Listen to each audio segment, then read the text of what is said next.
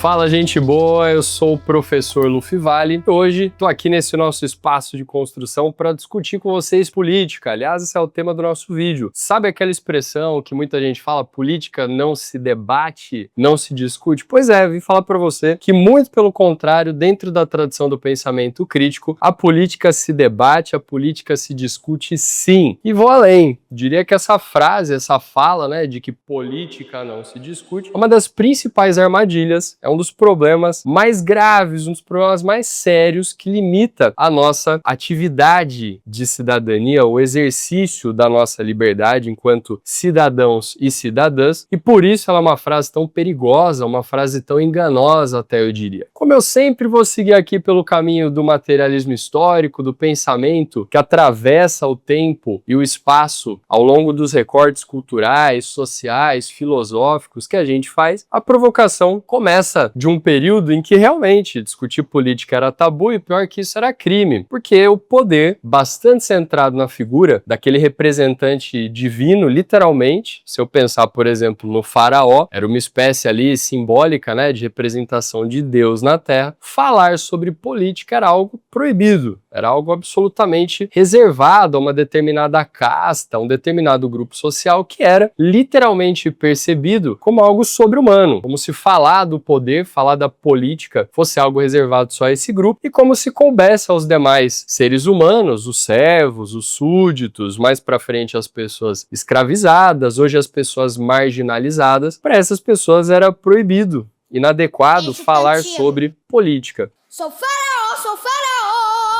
Conforme o tempo foi passando, é evidente que as coisas foram mudando, a história foi trazendo as revoluções populares, os movimentos de reconstrução dessa identidade da cidadania, os direitos passaram a ser discutidos, inclusive os direitos humanos, a gente passa a ter a dimensão da configuração de um Estado que lentamente vai se tornando cada vez mais democrático, mas antes de eu fazer um aprofundamento dessa parte da história, minha provocação vai começar nos tempos mais recentes. Você que está acompanhando essa discussão, que está bastante interessada em aprender mais sobre política. Quantas vezes você mesma já se afastou da política por considerar que na política só tem corrupção, só tem bagunça, o Estado só tem gente mau caráter, se eu me envolver nisso eu vou me decepcionar, eu vou me sujar? Pois é um discurso que ganhou muita força nos últimos anos, é um discurso que ganhou, acho que as redes sociais, e afetou principalmente as pessoas mais jovens, e é muito perigoso que as pessoas se afastem da política.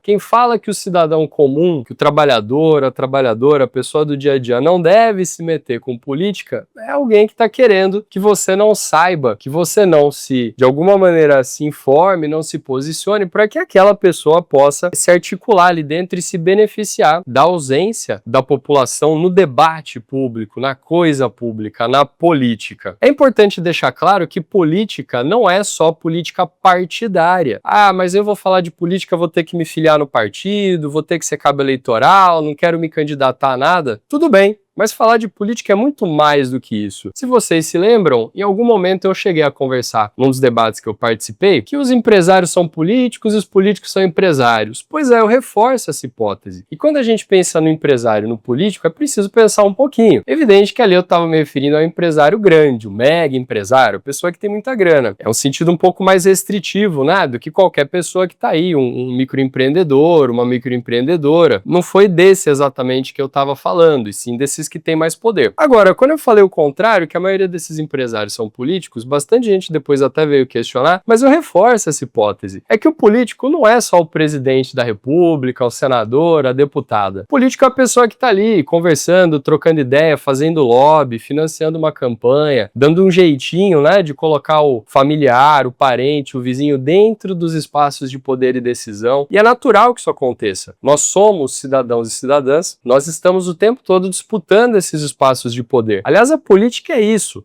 É a disputa desse espaço de poder para que a gente possa protagonizar as decisões que nos afetam diretamente. Essa política mais institucional, dos partidos, dos cargos públicos, do pleito eleitoral, eu entendo que não é para qualquer um. Eu mesmo não sou uma pessoa tão simpática, particularmente a cumprir, né, atravessar essa jornada de sair candidato, de me filiar a um partido, etc. Mas eu acho importantíssimo falar sobre candidaturas, discutir partidos, discutir planos de governo, e esse sentido mais exemplo da política, é que precisa voltar ao nosso dia a dia, ao nosso cotidiano, que afinal de contas são pessoas, não só deputados, senadoras, presidente e governador, mas também grandes empresários que estão decidindo leis, criando regras que vão afetar diretamente a nossa vida, o nosso dia a dia, e não só, viu, o preço dos produtos, o imposto, o aluguel, a conta de luz, não só isso, mas também o jeito que a gente pensa, o jeito que a gente é, o jeito que a gente se configura enquanto sujeito. Essa influência da política na nossa vida, no nosso dia a dia é muito grande. Se a gente não está preparado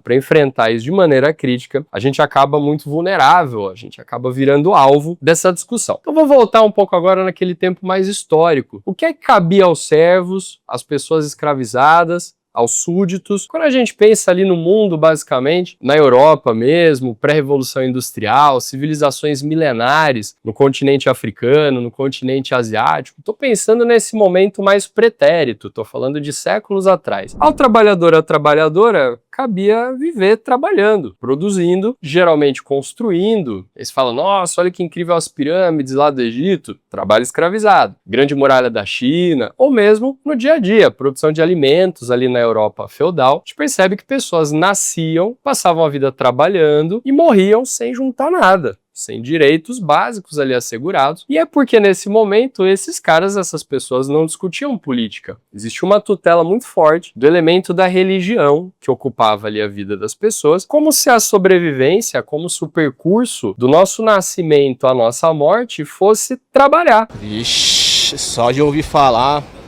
dá até um arrepio. Já pensou se até hoje em dia esse dogma permanecesse incrustado de alguma forma ali, enraizado na nossa visão de mundo, como se fosse uma espécie de predestinação, trabalhar, sofrer, obedecer, esperando uma recompensa que talvez nunca venha, lá depois da morte. O paraíso lhe aguarda. Quanto mais você se ferrar, quanto mais você sofrer, se você for obediente, seguir os mandamentos, você terá recompensa lá depois que você morrer. Isso é uma anestesia social muito poderosa. Por que só o faraó pode desfrutar de conforto, né? Por que só os reis podiam ter uma vida confortável? Porque só os ricos podem desfrutar de privilégios que às vezes nem são coisas tão exageradas, mas que muita gente ainda hoje não pode desfrutar, como uma casa confortável, comida saudável no prato, momentos de lazer, uma segurança de saber que você não vai passar fome, não vai se endividar, porque o seu trabalho é suficiente para que a sua vida e da sua família possa ter dignidade, conforto e segurança. Em grande parte, quando a gente fala hoje que política não se discute, é porque a gente vê uma reverberação, um eco desse distanciamento proposital das pessoas, desse campo de debate, de atuação ocupado pelos poderosos, sejam governantes, sejam grandes empresários, que vão tutelar, vão criar, né, a nossa conduta, vão criar as regras das nossas formas de ser, de pensar e até de existir. E, evidentemente, você colocou o capital e o Estado nesse balaio de gato da política, você coloca a igreja também, entendendo que muita coisa, quando a gente pensa que política não se discute, se mistura com a religião. Estamos aí acompanhando, lamentavelmente, todas as discussões mais recentes envolvendo Israel, envolvendo Irã, quando muito a gente fala também de outros países, como a própria Arábia Saudita, o Afeganistão, a gente vê como é perigoso misturar política e religião e principalmente afastar, alijar, tirar o cidadão, a cidadã, que de fato é quem está fazendo o país acontecer, dessa discussão. Quando a gente aceita que a gente não pode ocupar esse espaço, quando a gente cria uma espécie de aversão à discussão política, a gente não está diminuindo o espaço da política, a gente não está diminuindo o Estado, a gente não está diminuindo a interferência dos poderosos nas nossas formas de pensar,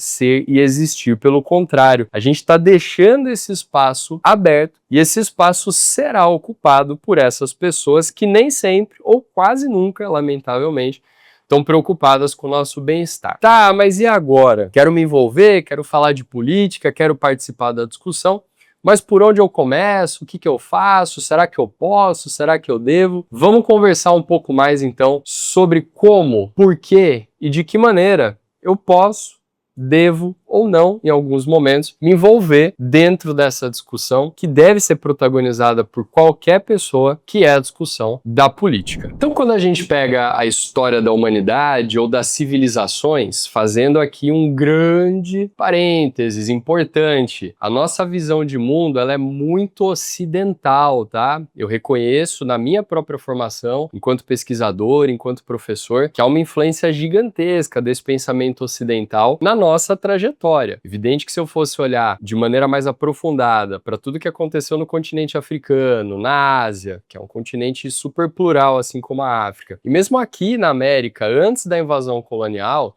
talvez a nossa visão fosse ainda mais diferente. E um dia eu vou falar mais sobre isso. Mas o que eu quero chamar a atenção é como a história vai olhar, então, dentro dessa tradição ocidental, para a construção das estruturas e dos sistemas políticos, tais quais a gente percebe hoje. O ápice nos parece ter vindo ali da tradição grega, a construção da democracia. E é muito curioso pensar que dentro da própria filosofia grega, se a gente volta lá nos fundadores, né, que estão pintados ali no quadro do Rafael, a gente consegue entender que há ali uma tradição dicotômica, ou seja, de visões de mundo, embora diferentes, complementares, do Platão, nesse olhar mais platônico, sempre do campo das ideias, e de Aristóteles, um cara um pouco mais pragmático, que olhava mais para as coisas do mundo real. O que eu estou querendo dizer com isso? Platão tinha aquela visão que defendia mais a monarquia, ou seja, um cara na época dele. A gente também tem que colocar as pessoas no contexto histórico espacial. Achava que eventualmente um governante, um rei que fosse preparado para exercer ali a sua função, conseguiria construir uma sociedade justa, onde todos os súditos seriam tratados com amor, carinho e respeito, e que bastava esse rei, né, porque era uma sociedade profundamente machista desde essa época. A rainha ficava ali de enfeite. Mas bastava esse rei ser uma pessoa justa, e ele acreditava que era possível que houvesse esse rei justo, para que a sociedade funcionasse perfeitamente. Aristóteles era um cara que, de alguma maneira, questionava um pouco isso. E a tradição aristotélica nos leva mais para frente, para outros grandes pensadores, como foi o caso ali de Spinoza, até chegar no Barbudo, que é um cara central dentro da tradição do materialismo histórico, que foi Marx. Ah, o professor vai me doutrinar, tava demorando, começou. Respira. Se tem uma provocação que eu posso fazer de cara, é que se você tá pensando, você não tá sendo doutrinado. Doutrinação geralmente termina com amém ou sim, senhor. Se a gente está pensando, trocando, conversando, discutindo, você está se incomodando, as janelas estão se abrindo, é pensamento crítico reflexivo que está se formando, tá? Até porque não quero te convencer de nada, quero te provocar, quero que a gente pense. Pois bem, o que o Marx falava observando a sociedade, que era uma sociedade ali europeia, mergulhada dentro de um período de revolução industrial? Ele olhava para a Europa feudal, medieval, e para as lutas populares que já haviam acontecido e pensava, bom, tá aí, não tem rei bonzinho. Acho que não é uma hipótese difícil de verificar, né? Quantos reis bonzinhos houve na história? E você pega, claro, aqueles que foram os piores genocidas da história, né? Você vê lá na África belga, por exemplo, Leopoldo, você vê que o cara era um sanguinário. E mesmo quem gosta de ficar defendendo o Brasil Império, né? Ai, Dom Pedro II, que velhinho bonzinho, Dom Pedro I. Acabar com a escravidão, nada, né? Quer dizer, os caras não queriam largar o osso. Então a gente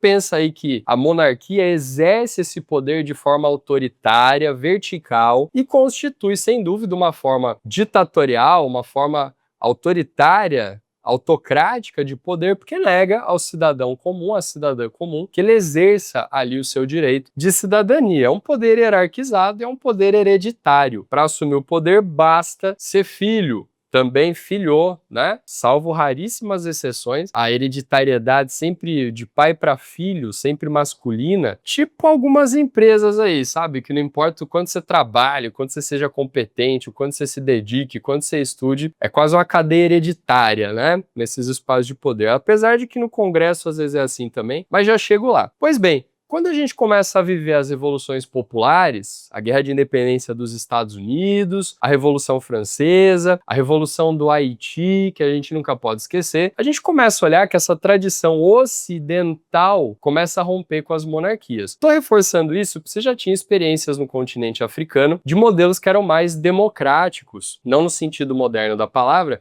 mas onde havia uma participação popular muito maior, inclusive em sociedades que eram matriarcais e não patriarcais, como na nossa tradição eurocêntrica. Bom, e qual era a grande expectativa? Expulsamos o rei, viramos um país agora livre, uma república democrática vai ser constituída, vamos decidir quem vai governar. Não preciso nem reforçar, né, que nos Estados Unidos o país vira um país independente, mas não acaba a escravidão. George Washington não acaba com a escravidão, isso vai acabar só lá na frente, quase um século depois com Lincoln, e sob fortes protestos do povo ali do sul, ultraconservador, e na década de 1960 ainda estava lá Malcolm X, Martin Luther King, Angela Davis, lutando pela igualdade de direitos entre brancos e pretos, e até hoje você tem movimentos como a Ku Klux Klan, grupos ultra-religiosos de extrema-direita, racistas, ocupando espaços nos Estados Unidos, que a xenofobia é uma manifestação racista, sem falar no machismo, que é algo que infelizmente até hoje permanece muito forte e que vem dessa mesma tradição dos reis, do representante divino de um Deus sempre masculino, homem, dessa natureza ligada ao feminino, que é selvagem, que é bruta, que precisa ser domesticada, controlada. Isso porque a gente parte de uma tradição filosófica, cultural, política e econômica, evidentemente, europeia. Vou falar da América Latina mais pra frente. Calma, que aqui não é um minuto, hein? Agora é 40 minutinhos pra gente aprofundar as nossas ideias, hein? Tô gostando mais até desse espaço mais comprido. E aí, quando começa ali o processo pós-Revolução Francesa, vamos decidir quem vai governar. Aí você se lembra, né? Já havia ali aquela divisão mais tradicional dos jacobinos, dos girondinos, do pântano. Algo mais ou menos parecido vai acontecer pós-Revolução Russa, né? Quando você tem ali a divisão entre bolcheviques e mencheviques. E sim, se você tá com um sentimento de que algo como esquerda e direita começa a surgir aí, é porque, de fato, até hoje essa noção que a gente tem de esquerda e direita vem desses momentos fundadores onde o próprio povo se dividiu para decidir como e quem iria governar. A direita, tradicionalmente, está mais relacionada às pessoas que já tinham poderes e privilégios, os burgueses, por exemplo, na França, e nos Estados Unidos essa casta, né, política de homens livres, brancos, já com formação, com ensino superior, donos de terras, com posses. Por isso a direita, até hoje, ela é mais associada às elites econômicas, ao lugar, né, desses poderosos, e ela costuma ser associada a essa preocupação maior com o dinheiro, com o fazer econômico e com essa visão que a gente chama, né, de uma economia mais liberal, como se o emprego, o salário justo, a pessoa ali trabalhando para si mesma fosse construir a sua liberdade, fosse conquistar a sua independência financeira e a partir daí ter a sua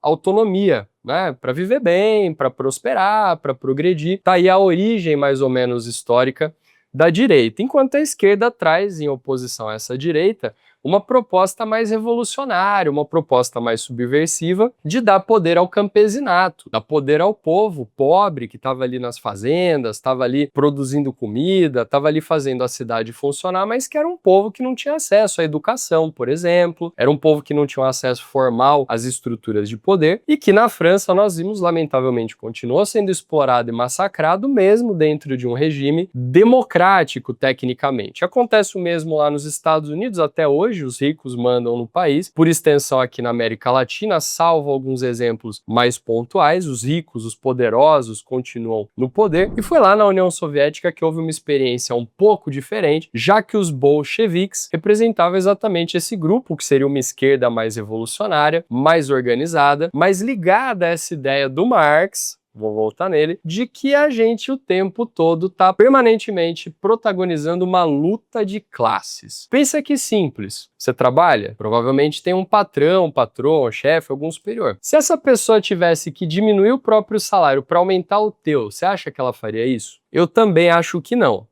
Você aceitaria diminuir o seu salário e trabalhar ainda mais para que o seu superior, teu chefe, tua chefa, possa viajar e gastar mais nas férias? Eu também não. Por haver interesses diferentes, isso cria originalmente uma disputa. A luta de classes é essa. O trabalhador, a trabalhadora, querendo prosperar, querendo ter uma vida mais confortável, mais digna, para si, para sua família, e quem está lá não precisa nem ser o dono da empresa, pode ser um superior que lucra com a exploração do seu trabalho, também quer esse melhor aproveitamento, essa exploração do teu trabalho para que ele também garanta direitos, para que ele também garanta para si e para sua família conforto. E essa é uma tradição que vai ser fortemente criticada pelo olhar, né, decolonial de autores como Krenak, como Nego Bispo, mostrando que a gente vive uma cultura muito forte de competição, de conflito, do poderoso pisando no menos poderoso, como se a exploração fosse o domínio do mais forte sobre o mais fraco, como se essa cultura do herói, do vitorioso, necessariamente tivesse que se fazer por vias de opressão. E o Marx vai falar, enquanto o mundo for assim, resta a população oprimida, massacrada, essa classe trabalhadora que é majoritária, virar o jogo, promover uma verdadeira revolução, ele chamava de revolução do proletariado, e reorganizar essa ordem. Quando eu penso em greve, quando eu penso em sindicato, quando eu penso no trabalhador, na trabalhadora se juntando para reivindicar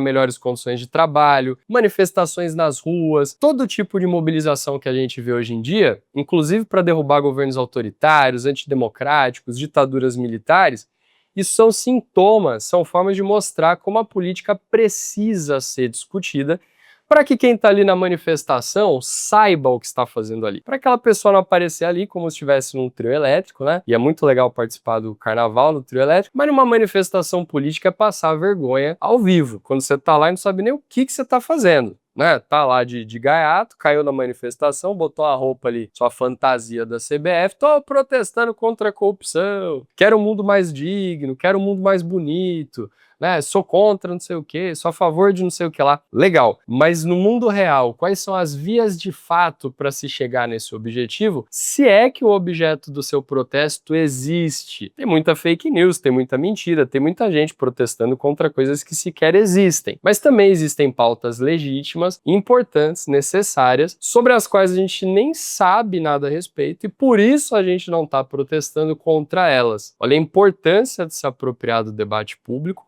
participar da política para que a gente ocupe e protagonize essas lutas que, de novo, vão estar diretamente ligadas à nossa vida, ao nosso dia a dia, ao nosso bem-estar, à nossa segurança e à da nossa família. Então, quando a gente pensa dentro desse recorte histórico, qual é o papel do cidadão, da cidadã no exercício da política, na busca, né, pela sua liberdade, pela sua autonomia? Uma coisa importante de se destacar é que essa diferença que às vezes a gente cria na nossa cabeça do povo e do Estado, ela é uma diferença ilusória, simbólica. Afinal de contas, hoje, né, considerando que a gente vive na maioria do mundo em repúblicas democráticas, até que essa pessoa se eleja, ocupe um cargo ali de poder e decisão, ela era ali uma pessoa comum, um cidadão, uma cidadã, e mesmo que essa pessoa, por herança ou por meios ilícitos, através de golpes, se torne alguém que está no poder, essa pessoa também é alguém que veio de um recorte social, cultural, político, econômico. Quer dizer, não são semideuses, como pensavam lá na época dos faraós. São pessoas. Então,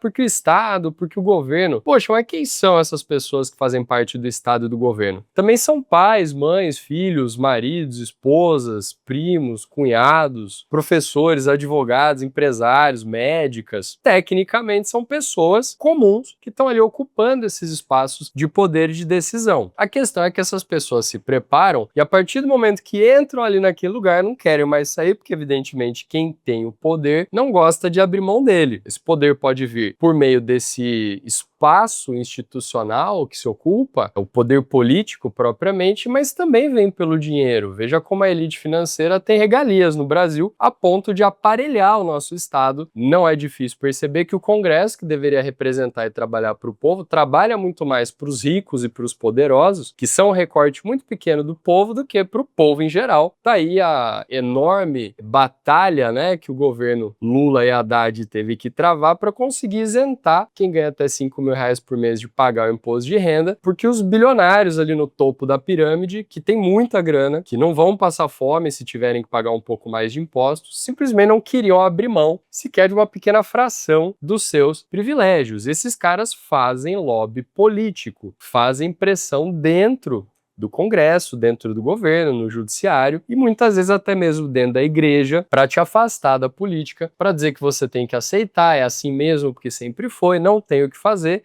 E de fato, se a gente fica ali resignado, fica ali pensando que não tem o que fazer, mas não adianta nada, vou aqui me entreter, o que a gente está fazendo? A gente está fugindo desse espaço que a gente deve ocupar dentro daquilo que, mais uma vez, o barbudo alemão chamava de alienação. A gente se aliena, portanto, do nosso trabalho. Eu trabalho, mas não sei o que eu faço. A gente se aliena do nosso papel político. Ah, gosto, não gosto, concordo, discordo, mas não sei direito o que fazer com isso. A gente se aliena, inclusive, da nossa presença física no mundo real, à medida em que a gente acaba transferindo as nossas frustrações, as nossas expectativas, os nossos sonhos e os nossos desejos para as plataformas virtuais, trocando as relações de afeto, de confiança e de trabalho por curtidas, por comentários, por uma espécie de projeção da vida real dentro desse mundo virtual, onde a gente acaba tendo muito menos poder de transformação real. Veja só como o mundo muda. 100 anos atrás, ninguém que tá vendo esse vídeo estava vivo 100 anos atrás, eu acho, né? Se tiver, um salve aí, alguma pessoa centenária, né? Fala aí quando você nasceu, para eu saber, né? Para eu poder te convidar eventualmente para um bate-papo, gostaria. Mas eu acho que a maioria não. Pensa só, 100 anos atrás, no Brasil, as mulheres não estudavam, recebiam lá uma educação muito precária,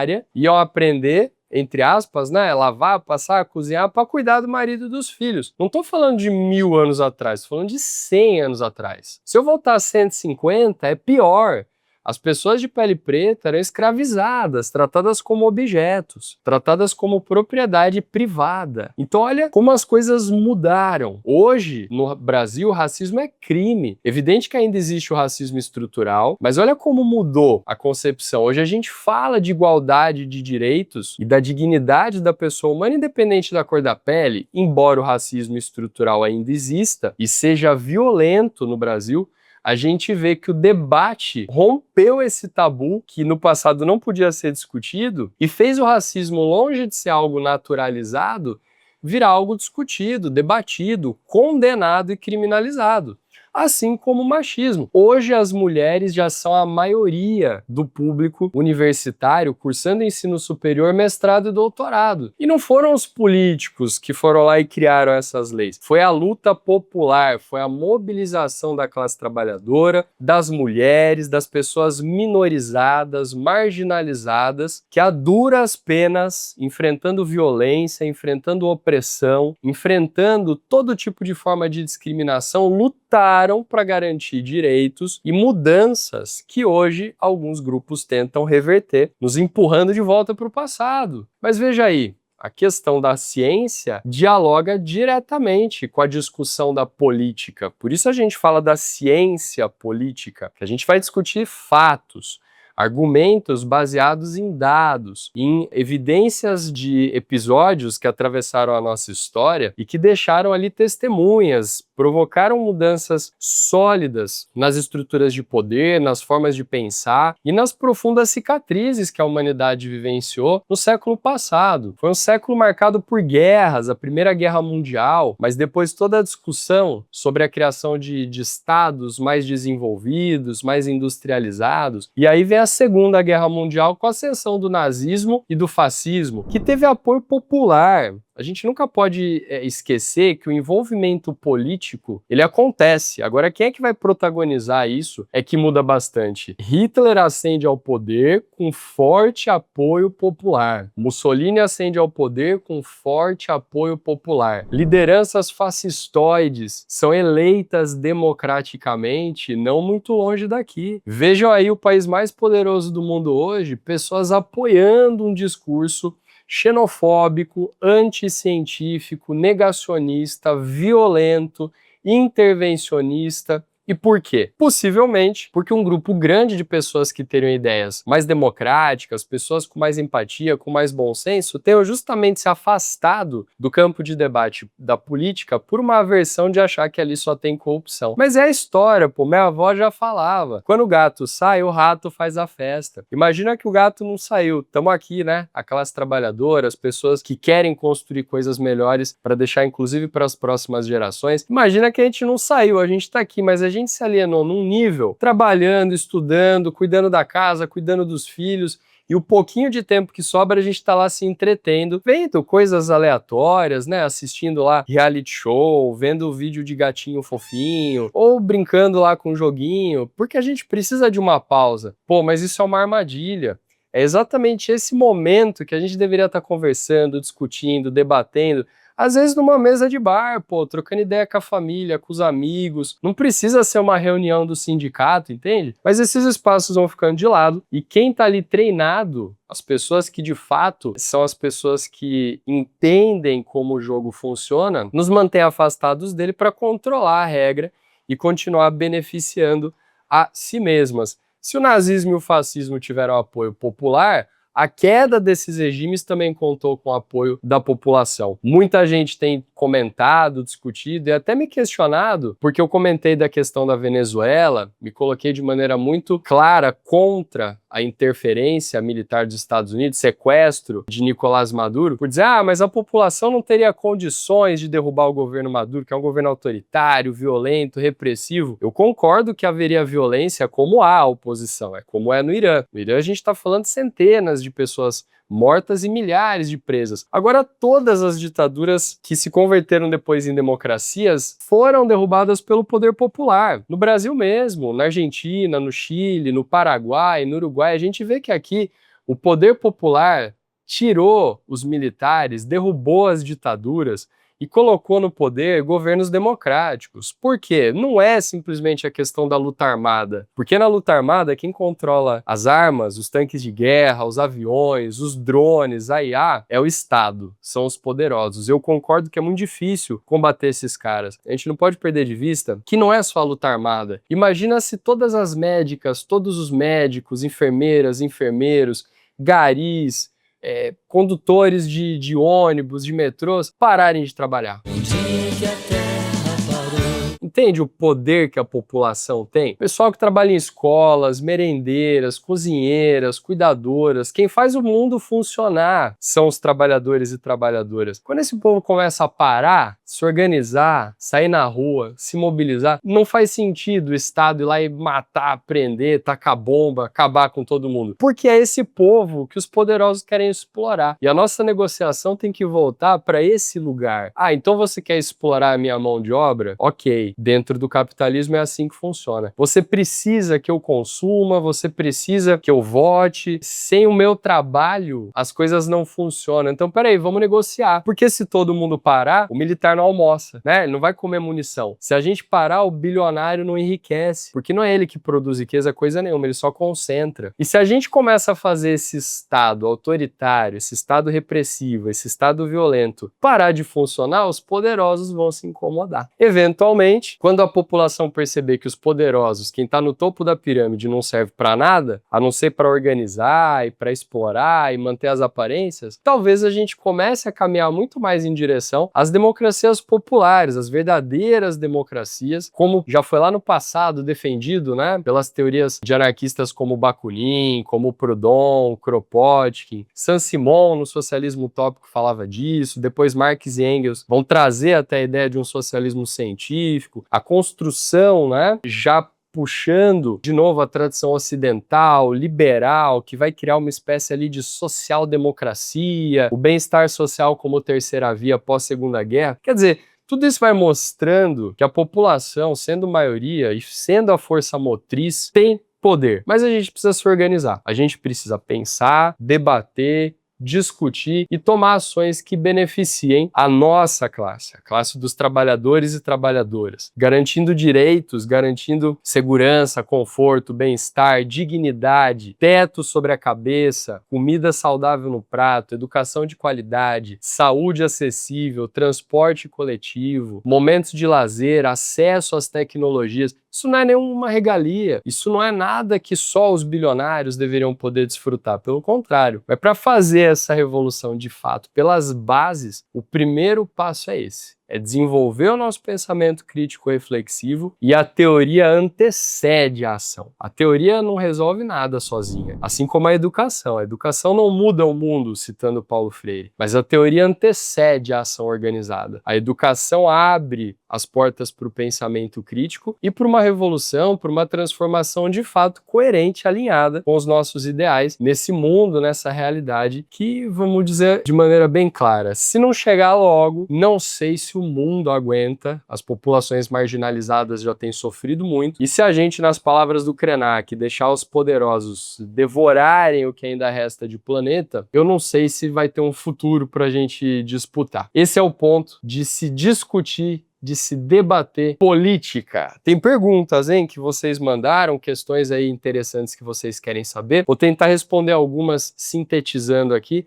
as dúvidas mais gerais, mas como sempre, né, o nosso espaço aqui está aberto. Se você não se inscreveu ainda, não esquece, deixa a sua pergunta, a sua sugestão. Vou responder à medida que a gente for tratando aí dos próximos assuntos e dos próximos temas. Então, nessa interação aí que eu tenho tido com vocês, ótima, aliás, né? Sempre falo que fico muito feliz. Não dá tempo de responder todas as mensagens, todas as perguntas, mas vejam, né? Esse esforço de estar aqui junto com vocês, que é também um prazer, vem daí. Acho que é uma maneira de trazer para vocês essa demanda de saber mais, de pensar mais e de falar sobre política. Separei aqui para esse nosso primeiro momento duas perguntas interessantes que me deixaram bastante intrigados e acho que combinam bastante com o tema. Vou compartilhar aqui com vocês. Uma que apareceu de maneira até meio recorrente, e já ouvi pessoalmente pessoas me abordarem falando isso, mas é assim: nossa, você é um rapaz tão inteligente, fala tão bem, e é de esquerda? É, eu sou. E é uma coisa que pra mim não é tabu. Da mesma maneira que a gente deve discutir e falar sobre política, eu acho que o nosso posicionamento sobre política deve ser algo muito tranquilo, debatido, discutido e até explicado, desde que eu saiba por que eu sou de esquerda e o que significa isso, né? Como disse Fernando Veríssimo, que lamentavelmente nos deixou pouco tempo atrás, ser de esquerda geralmente não é uma escolha, é uma decorrência. Ora, como alguém que estuda, que conhece, que atravessou o pensamento crítico, o materialismo histórico, alguém que, como eu, teve a oportunidade de crescer num ambiente familiar privilegiado, eu tenho noção de quanto eu tive de privilégio durante a minha infância, durante a minha juventude. Minha família sempre me deu condições para que eu pudesse me dedicar quase que exclusivamente ao estudo, e eu pude depois viver outras realidades muito diferentes das minhas, inclusive com trabalho voluntário, atuação ali como professor voluntário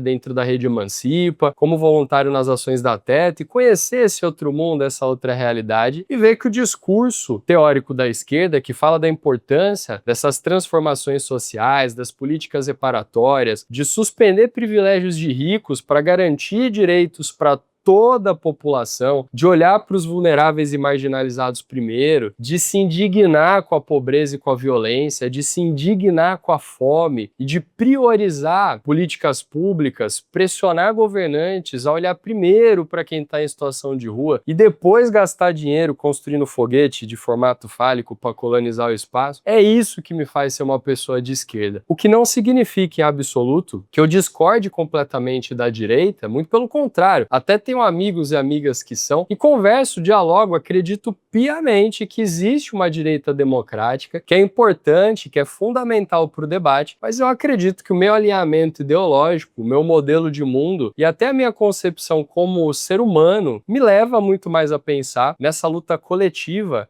do que numa lógica que eu associo mais à direita, que acaba sendo uma visão de uma liberdade mais individual no mundo, de cada um por si, e de uma conversa que acaba indo fatalmente para meritocracia, uma espécie de merecimento, e de deixar de lado aquela pessoa que não é problema meu, que pena que ela tá passando fome, mas isso aí não me afeta. Eu tendo a pensar dessa maneira. Apesar da direita falar muito da liberdade, eu vejo a direita muito mais como uma corrente de pensamento do individualismo. E quando a esquerda vai falar de justiça social, de direitos humanos, eu entendo que é porque ela vem de uma base de pensamento mais coletivista. Então, mas se você tivesse que abrir mão dos seus privilégios para que todas as pessoas tivessem um teto e comida no prato. É óbvio que eu faria isso, até porque eu nem tenho tantos privilégios, mas eu penso que, de fato, a luta para acabar com a violência, a luta para acabar com as guerras, passa por garantir direitos básicos para todas as pessoas, lutar por justiça social, lutar pela vida das pessoas, independente da cor da pele,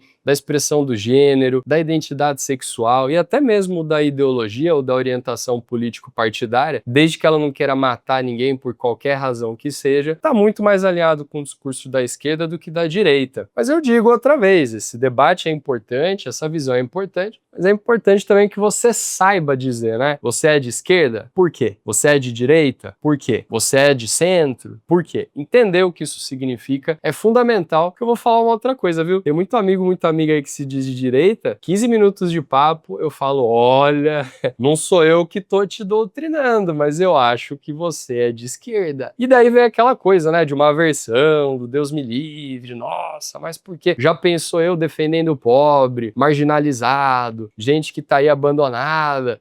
Eu acho que a solidariedade, a justiça social, esse acolhimento, não tá ligado só à esquerda, né? Tá nas raízes da tradição, até do cristianismo aqui ocidental, da nossa própria filosofia do Estado democrático de direito. E essa é a minha base filosófica. Então, bora estudar. Vai que eventualmente você descobre aí que você é uma pessoa de esquerda também. Ou se não, tudo bem. Acho que com respeito a gente consegue dialogar com praticamente todos os grupos aí. Tem grupo que a gente não pode debater não, né? Precisa, de alguma forma, extirpar da sociedade. Se for pela educação, melhor. É um pouco sobre isso. E a outra questão que já vem um pouco no embalo, sintetizando um pouco, né, das perguntas que vieram, eu escolhi uma que acho que traz bem isso, foi mais ou menos assim. Professor, você é muito utópico. Você acredita mesmo numa revolução? Sim, eu acredito mesmo numa revolução. Eu acho que a questão da utopia, como o Galeano falava, é nos trazer um horizonte, né? Não é se alienar e ir para o campo da utopia platônica como um objeto de desejo intangível. Eu acho que a utopia é uma espécie de planejamento, é um vislumbre daquilo que eu quero, que vai me levar a pensar e criar ferramentas para chegar lá. As evoluções parecem impossíveis, mas em algum momento elas se tornam inevitáveis. E aí eu volto a dizer, o mundo nunca vai mudar. Pô, gente, 30 anos atrás não tinha celular, pô. Hoje em dia o povo não vive sem celular. Isso não é de alguma maneira revolucionário? 50 anos atrás, como era o mundo? 30 não tinha celular, 50 era comum que muita gente no Brasil não tivesse sequer acesso a esgoto. Saneamento básico. Olha como isso mudou. Olha como isso foi revolucionário. 40 anos atrás não tinha SUS. Muita gente no Brasil morria por conta de doenças que foram erradicadas graças à vacinação, e isso foi uma revolução. O analfabetismo final da ditadura, mais da metade da população brasileira adulta era analfabeta. Hoje nossos índices de analfabetismo são baixíssimos. Isso é revolucionário. Mulheres, hoje advogadas, médicas, engenheiras, jornalistas, empresárias, pessoas de pele preta se formando, fazendo mestrado, doutorado, comprando a própria casa. Isso é revolucionário. Pode não parecer muita coisa, porque principalmente quem é mais jovem já nasceu nesse mundo pós-revoluções. A gente tá vendo a revolução agora. ChatGPT não foi revolucionário? É que nem toda revolução é benéfica, pelo menos dentro da concepção que eu tenho de desenvolvimento e de civilização. Tem coisa que faz a gente andar para trás, né? A inteligência artificial generativa, esses chatbots, vou falar disso depois. Eu acho que pode trazer muitos prejuízos, mas é revolucionário. Sei lá, se eu tivesse que chutar aí a próxima grande evolução, pode ser uma máquina de teletransporte, imagina? Ou pode ser aí uma renda básica universal, muitos bilionários já até concordam com isso, e uma espécie de acordo que pode ser mediado de repente pela China, quebrando patentes para levar medicação, para levar tecnologia para qualquer pessoa em qualquer país do mundo. Já pensou um esforço coletivo para usar os trilhões de dólares que são usados rotineiramente com armas de destruição em massa para recuperar o planeta, reflorestar áreas degradadas? Mas isso é impossível. É nada, o continente africano está fazendo isso no sul do Saara. Qual é o grande esforço de plantar árvores para evitar a desertificação? A China está fazendo isso na região ali da China Central. Não é difícil, são escolhas, né? Mas as armas, etc. Sim, imaginem pessoas das próprias forças armadas se recusando a atirar a matar, a destruir hospitais, escolas e vitimar pessoas inocentes. O ser humano faz escolhas, por isso a educação é tão revolucionária. As pessoas tomam as suas decisões e executam as ações. Se nós nos tornarmos pessoas cada vez mais humanas, cada vez mais, de alguma maneira, generosas, pensando mais no coletivo, não só no imediatismo, no individualismo, no prazer imediato, eu acredito que uma revolução profunda já está acontecendo. Pergunta para o seu avô, para a sua avó, ou se o senhor, a senhora que está vendo o vídeo já é uma pessoa mais velha, se esse tipo de conversa costumava acontecer assim, abertamente, 40, 50, 60, 70 anos atrás. Minha avó me falava que se ela ameaçasse falar de política, ela tomava um tapa na boca. E não era dos pais dela, não. Era na escola, era da freira, era do padre, era do próprio professor. E hoje, eu, como professor, busco muito abrir esse espaço e provocar os alunos, as alunas, e qual é? Vamos falar então sobre isso, vamos discutir isso, vamos debater isso. Não é um jogo de opinião, não é um jogo de convencimento, exige capacidade de pensamento, conhecimento histórico, mas eu não só acho, como eu vejo essa revolução, ainda que silenciosa, ainda que nos bastidores, acontecendo todos os dias. Espero que você, de alguma forma, perceba essa revolução silenciosa ali dentro, para depois virar ação prática, e ficarei muito feliz se você compartilhar comigo que os conteúdos, que esse nosso contato está servindo para te provocar, te tirar da zona de conforto, te colocar para pensar e para a gente construir essa revolução que precisa sair do plano das ideias para vir para o mundo real. Ficou empolgado? Ficou inspirada? Manda aí sua pergunta, eu posso responder ela no nosso próximo vídeo. Sugestões de temas, comentários, muito importante ter um retorno de vocês a respeito desse nosso primeiro vídeo, e eu espero continuar contando com a presença e participação de vocês lá no Insta, aqui também no nosso canal novo, e segue a luta, gente, nas telas, mas também no dia a dia, no mundo real. Valeu, beijos, abraços, estudem, vou falar dos livros lá no Insta depois, tá bom? E até a próxima. Valeu!